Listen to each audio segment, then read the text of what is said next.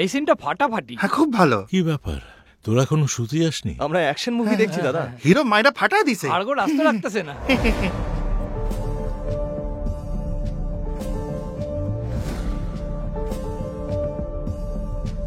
শোন, অনেক রাত হয়েছে, এবার শুয়ে পড়। এই ফাইটটা শেষ কইরাই শুয়ে পড়ুম।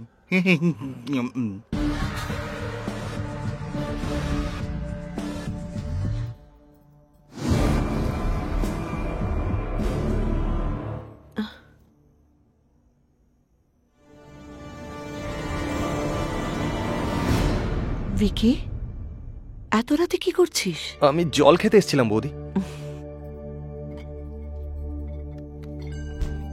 এই নে খা, বললে আমি পাঠিয়ে দিতাম। কোনো ব্যাপার না। আস্তে খা।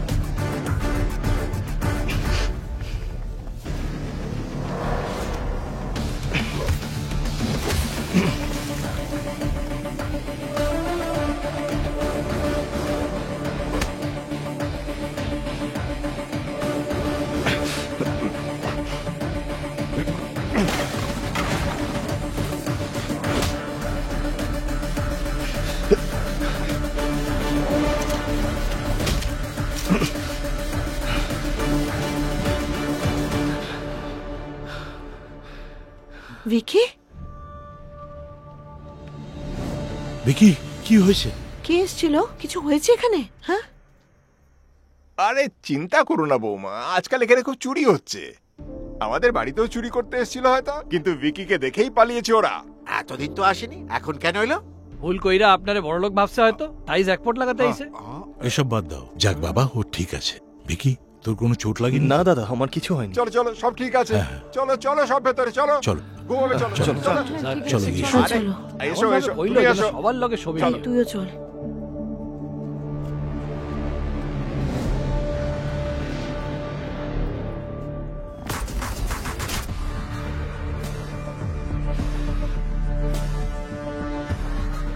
বস, একটু দেরি হলেই সর্বনাশ হয়ে যেত। অল্পের জন্য সবাই বাইসা গেছে। Yes boss. এই কারণের জন্যই আমি এত বছর ধরে ঘরে আসতে চাইতাম না।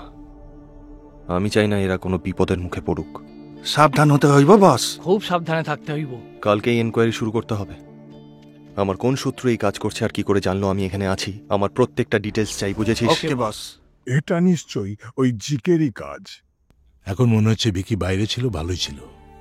আমার জন্য যেন ওর জীবনে কোনো বিপদ না নেমে আসে। আমার ওর জন্য চিন্তা হচ্ছে। আমাদের গ্রামে ফিরে যাওয়া উচিত।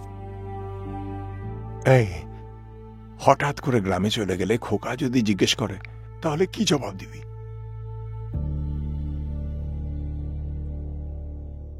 যা হওয়ার তা হয়ে গেছে বাবা। ভিকি এখানে নেই বলে তুমি অনেক বছর এই যজ্ঞটাকে এড়িয়ে গেছিলে। এবার মনের ইচ্ছে পূরণ করার সময় হয়েছে। শিগগিরই গৃহশান্তির যজ্ঞটা করিয়ে নাও রাজারাম। আপনি আশীর্বাদ করুন। কল্যাণ হোক। ওর সাথে ভিকির বিয়ের কথা চলছে। সুখে থেকো। শোনো বাবা, এই যজ্ঞতে যেন কোনো ধরনের বাধা বিপত্তি না আসে সেটা দেখার দায়িত্ব তোমার।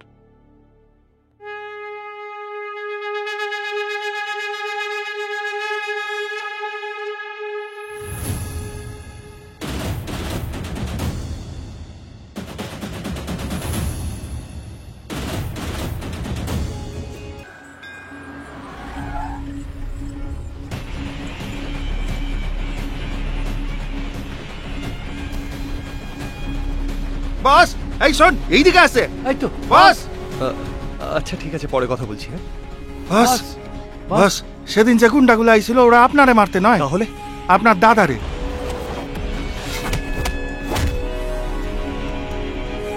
দাদাকে মারতে এসেছিল? কমপ্লেনের কি আছে? হাজারটা আসে দিনে, কিন্তু সবসময় কি অ্যাকশন নেওয়া যায়? জিকের সঙ্গে শত্রুতা করলে পুলিশ কি, আদালত কি, এই গোটা সিস্টেম আপনার বিরুদ্ধে চলে যাবে, কিন্তু বলে রাখলাম। কে এই জিকে?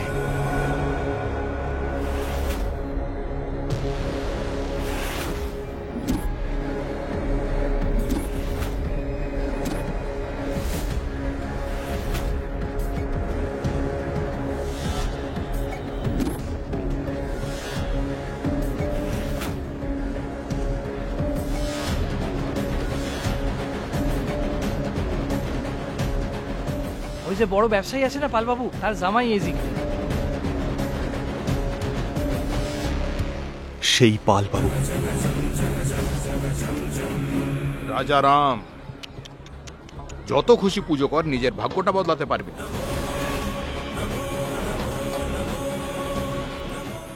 আর না, তোর এই ইষ্টদেব তোকে আমার জামাইয়ের রাগ থেকে বাঁচাতে পারবে। এই যে ক্যামেরাম্যানদের দেখছিস না, এরা কিন্তু তোর এই যজ্ঞটাকে শুট করার জন্য আসেনি, তোর মুখ থেকে একটা বয়ান শুনতে এসেছে। আমরা শুধু একটি স্টেটমেন্টের অপেক্ষায় আছি। দাদারে মারার লগে পুরো গ্যাং জমা হয়েছে, কোত্থেকে যে অ্যাটাক করবে কেউ জানে না।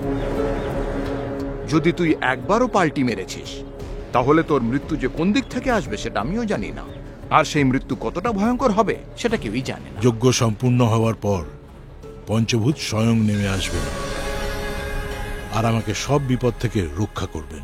আমার কোনো ক্ষতি হবে না। শোনো কথা, তোকে বাঁচাতে স্বয়ং ঈশ্বর মর্তে চলে আসবেন, নাকি স্বর্গ থেকে নিজের দূত পাঠাবেন? হ্যাঁ, আকাশ কুসুম কল্পনা করা বন্ধ কর। আপনাদের মতো শয়তানদের ধ্বংস করতে ভগবান বারবার নিচে নেমে আসেন। শোন, বাজনার আওয়াজে বাকি সব আওয়াজ যেন চেপে যায়, ওই শয়তানদের চিৎকার যেন শোনা না যায়।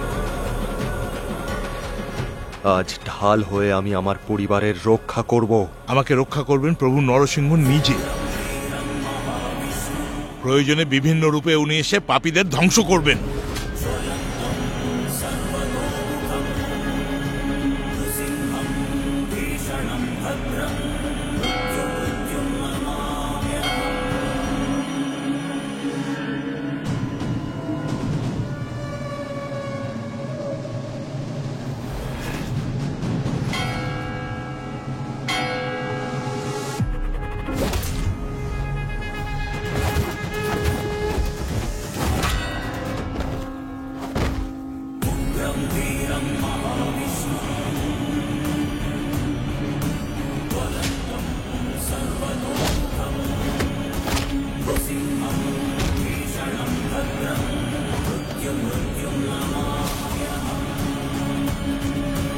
জয় মা ভগবতারিণী।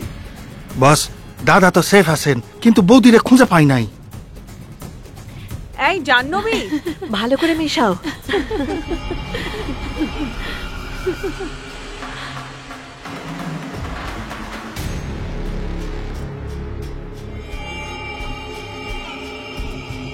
একটু সাবধানে। হ্যাঁ হ্যাঁ হ্যাঁ হ্যাঁ, হলুদ দিয়েছো তো? হ্যাঁ, আমি এদিকটা সামলাচ্ছি, তুমি ওদিকটা দেখো। তুমি এটা বৌদি, সামলে নিতে দেরি পারবে হয়ে গেছে, তো? ঠাকুরমশাই আমরা ডাকছে কোথায় যাই? পুজোর আরে জন্য। এদিকে এত কাজ পড়ে রয়েছে, ওদিকে প্রসাদ তৈরি হয়নি, কি তোমরা করে যাও যাবো? না, আমি দেখে নেবো সব। কিন্তু- তোমরা তাড়াতাড়ি যাও, দেরি হয়ে গেছে। যাও যাও যাও যাও যাও যাও, তোমরা সবাই যাও। এসো।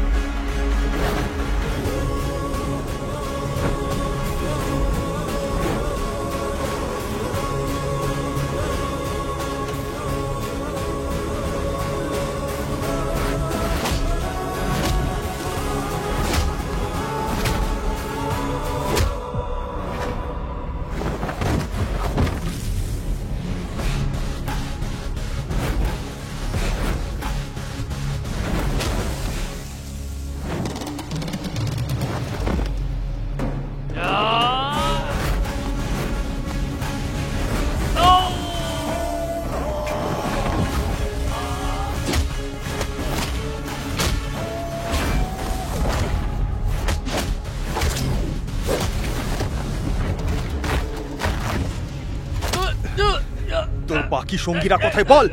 রাইস মিলে। এই সবাই মেকআপ করে তাড়াতাড়ি বাইরে বেরিয়ে এসো।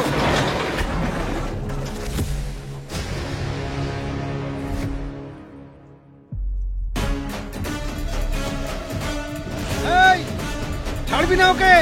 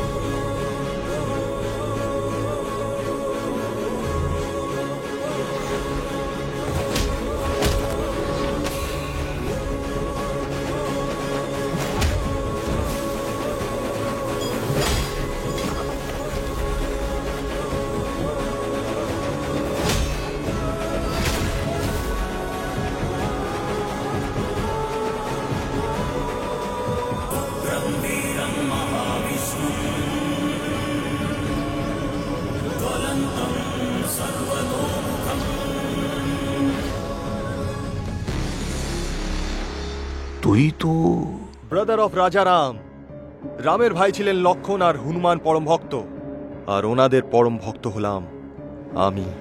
শোন, দাদাকে হুমকি দিয়ে ভয় দেখিয়ে যদি ভাবিস কিনে নিতে পারবি আর মাথা নত করাবি, তাহলে ভালো করে একটা কথা তুই শুনে রাখ, ভুলে যা আমি যতদিন আছি আমার দাদাকে ছুঁতেও পারবি না। দাদার দিকে যে চোখ তুলে তাকাবে, যে হাত ওঠাবে, যে তলোয়ার ওঠাবে, তাকে আমি ছাড়বো না, কেটে ফেলে দেবো। যেমন হনুমানজি শ্রীরামের জন্য সোনার লঙ্কা জ্বালিয়েছিলেন, ঠিক সেইভাবে লাইসেন্সের জন্য ছোটবেলায় গুদাম জ্বালিয়েছিলাম তোর। আমার দাদার যদি কোনো ক্ষতি হয়, তাহলে হনুমান হয়ে তোর পুরো সাম্রাজ্য আমি জ্বালিয়ে দেবো। জাগে বলে দে তোর জামাইকে।